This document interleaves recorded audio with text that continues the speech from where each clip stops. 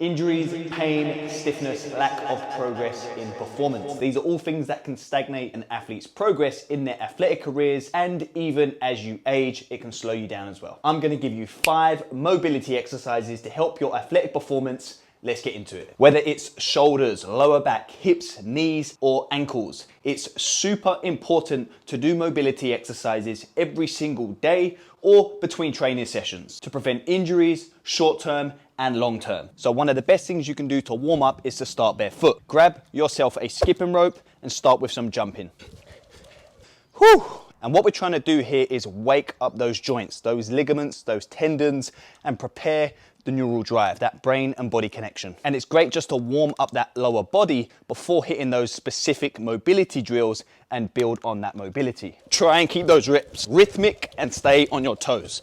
One thing I like to do is mix up the speed, the height, and the contact times. You can start slow and spend a longer time on the floor, or you can go faster and have less time on the floor. This is gonna wake up my knees, my Achilles, my calves, my lower back, and even my upper body and shoulders. Now, for some of you, skipping will suck, but if you can implement it 2 to 4 times per week for 5 minutes, you can increase your 3K time trial performance. You can increase your jumping ability, your reactive strength index, and your arch stiffness, which will all contribute to that 3K time trial. You can check out that study up here on that. Now, 5 minutes is the perfect time. However, if you aren't good at skipping, or you've got lower back pain, knee pain, Achilles tendon issues, then we can look at a similar study with similar improvements. What you'll do is again jump for 5 minutes, but this time without a rope. Jump for only 10 seconds with a 50-second break, and do it 5 times. And every week you increase your jump time by 10 seconds and decrease your rest time by 10 seconds. And you continue that over 6 to 8 weeks. And this will dramatically help improve your running economy. Now, what you're doing with both of those protocols over time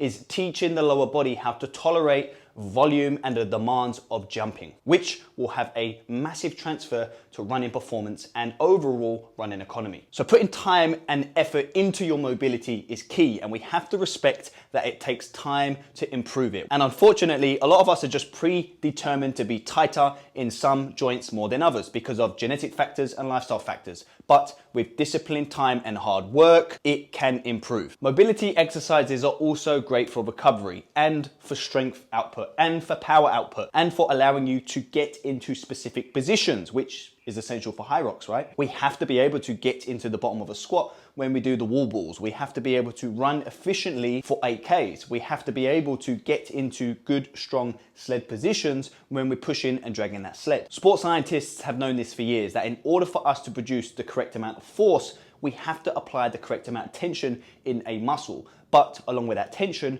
we need to produce a certain amount of length. And that's where lengthening is strengthening. However, there is a big difference with just being flexible, hanging out in a bottom position of a stretch and staying there all day. Now, yes, you may build the flexibility. However, mobility is very, very different. See, mobility is the ability to control a joint, a muscle through a full range of motion with the use of the nervous system and the brain. Now, flexibility training, hanging out in stretches, just doesn't do this. However, mobility training does. The next key exercise is a big one. It's going to target our shoulders, our thoracic spine, and our lower backs. So this brings us to the prayer stretch. So all you need here is a dowel rod or a broomstick and a bench. So what you do, you kneel down, you hold using an underhand grip and place your elbows on the bench. We sit back and stretch.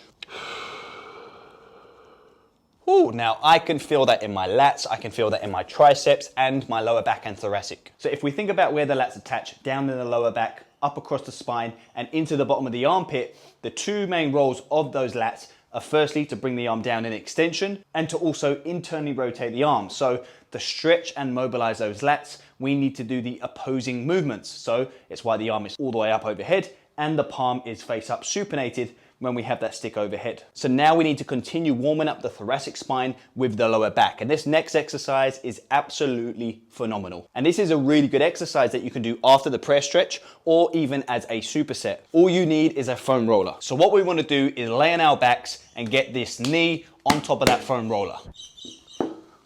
Now with this arm, we can hold the roller or hold the leg. Reach across and then reach back as far. Oh yeah, I can feel that all in my mid back. Really important that we breathe this knee has to stay down, okay? It's really important that this knee here does not lift, okay? We've got to keep it locked down, and I like to hold that roller when I do so. The tighter you are, the more that knee is going to want to roll up. The more mobile you are, the more you're going to be able to get right down here to the floor whilst keeping that knee on that foam roller. Same thing on the other side. Rotate round and across. Oh yeah, that feels good.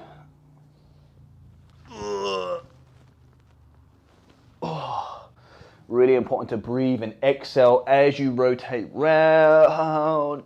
Oh, feels so good, especially after deadlifts that I did earlier.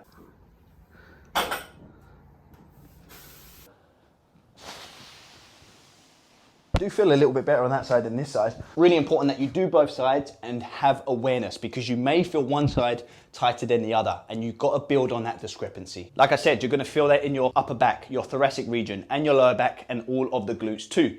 You can superset that with the prayer stretch or do it all alone. So a big part of improving athletic performance is improving our mobility and reducing pain. And this is a huge fundamental practice inside our online coaching. We use specific tests to analyze your movement, to analyze your strength, your weaknesses, and use specific data to create a specific individualized plan for you, for your exact needs, for the equipment that you have, and for the goals and competition dates that you have. You can head down into the description below, fill out an application form, and we can book a call to see if we're a good fit. You can also sign up to my Friday emails, where you will receive weekly emails on training, nutrition, supplements, and competitions, so that you can stay ahead of the curve. So the next movement we're gonna do requires you to have a band and something to attach it to, like a nice strong rack. We're gonna hook the band nice and low, and then hook your hand under and over so that it's nice and secure, and then we're gonna face away from the rack. Here we're going to target the front of the hips, the quads, the psoas, those lats and lower back muscles that contributes to spinal stability, and all those muscles up in the shoulders and triceps as well. This is incredible for you, but very, very aggressive. We can rep out to the side 4 times. 1, 2, 3, 4, and hold the stretch.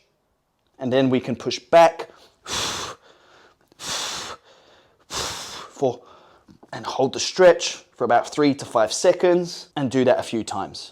Now that is going to do fantastically to open up this upper body, the lats, the lower back, the quads, the hips, the shoulders, and those triceps. Okay, now you're going to change sides and see how the opposite side feels. 1, 2, 3, 4. 1, 2.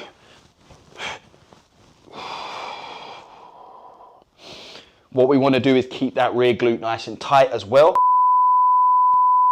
so that we're not arching the lower back, and keep this rib cage down and tight and compressed. Oh, whew, that is brutal. And I only did 1 set there, and I feel a little bit more mobile in that upper body. Some of you may be able to hit this perfectly. Some of you may even struggle to get into that position. That's okay, because we've got to build it, and we've got to work on those athletic qualities of mobility, position, static control, so that we can work towards teaching our bodies and our nervous system how to control, how to stabilize, and breathe through a stressful position. So this next movement is phenomenal, and I love using movements that progress from one to the next. So we're in another kneeling position, and we're gonna place that roller right in between the wall and the knee. Now, this is really important, because if this isn't being used, when we rotate, we can easily open the position and get a full sense of mobility, okay? So we don't want that to happen, which is why we use the roller. Lock it in, and then what we do from here is take this arm closest to the wall, and back. If you do want to make it harder, simply move closer to the wall with that bottom leg and rotate. Now this is fantastic for thoracic rotation. It's fantastic for building mobility in the quads, in the hips, around the lower back, through the lats, through the pecs, and everywhere where you need it to rotate efficiently. What we want to do on that is keep the torso nice and upright. We want a nice straight line from the knee, hip, and shoulder. What you'll find is that most athletes have a difference on each side. Now, they can rotate one side quite well, whereas the other side, they're very, very limited. And that's okay. We just need to work on the weaker side first, anywhere between 8 to 10 reps, 2 to 3 times. Keep your posture nice and tight. Keep the connection into the floor, through the glutes and through the upper body as you rotate. So the last movement is going to be a progression towards doing a full squat. And if you're a HYROX athlete and you can't squat properly, that's gonna absolutely suck, because by improving your full squat, it will have a massive transfer over to your HYROX performance and all of your training for that. So this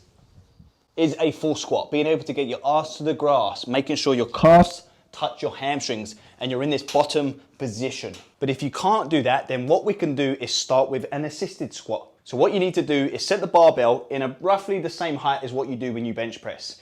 Take an underhand grip on the bar, because remember the lats are internal rotators, so we want to oppose the position to get a little bit of lat stretch as well. Keep the arms nice and straight throughout this so that we can stretch all those lats whilst building that bottom position of the squat.